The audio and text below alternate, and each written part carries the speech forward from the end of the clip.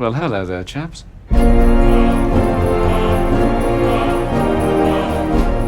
The film is about the adventures and misadventures of the last concierge of the Grand Hotel Budapest before the war, seen from the perspective of this lobby boy who worked for him. And so my life began. Junior lobby boy in training, Grand Budapest Hotel, under the strict command of Monsieur Gustave H. Our main character, Monsieur Gustave, is this concierge who's sort of the famous kind of maestro of the hotel. I think he's one of the greatest characters that Wes has ever written. When I first read the script, I was thinking Ray Fiennes would be great at that. Monsieur Gustave is very precise. He's a very fastidious person, but he has a strong ethic, which is rooted in how you serve people. Thank you again, Monsieur Gustave. Straighten that cap, Anatole. The pleasure's mine, Herr Schneider. The stress busted. These are not acceptable. I fully agree. The heart of the movie is a friendship between Mr. Gustave and Zero. Hold it. Who are you? I'm Zero, sir. The new lobby boy. Well, Zero's on point.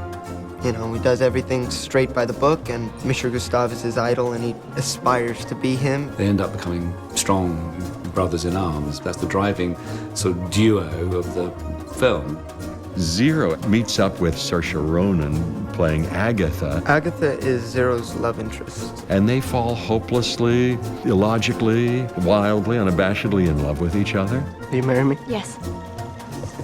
One of the first things that Zero learned is that Monsieur Gustave has special relationships with the old women who stayed in this hotel. I play a character called Madame D. She is a very ancient person who loves Monsieur Gustave. I love you. I love you. She's sadly murdered. Jeff Goldblum plays a character called Deputy Kovacs. A lawyer for Madame D. I am the executor of her will. To my esteemed friend, Monsieur Gustave H., I bequeath the painting known as Boy with Apple. Wow. What?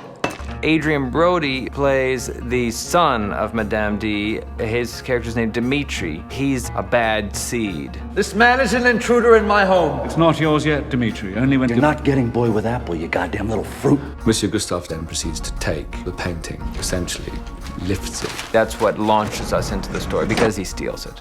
But I don't think he considers it stealing, because it really is his. The police are here. Tell them I'll be right down. Edward Norton plays Henkels. He's the representative of the government in the story. He is after him, but he might actually like this guy. He's what I would call the reluctant pursuer. The story does quickly become kind of an adventure story. It just sort of becomes a whirlwind. It's like a collapsing house of cards, of incidents. One thing leads to another. Murder mystery, Thefts, ski chases. prison escape.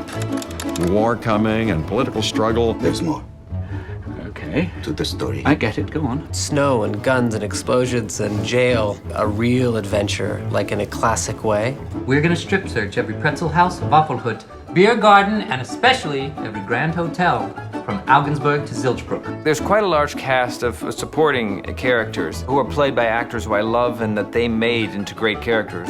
There aren't many directors who can gather this kind of company together. What a cast! Wow, you know, the company of equals. It's really neat.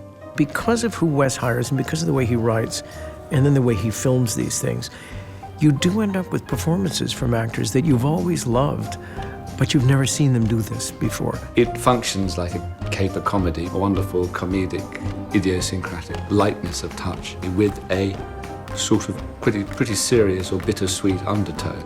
We're brothers.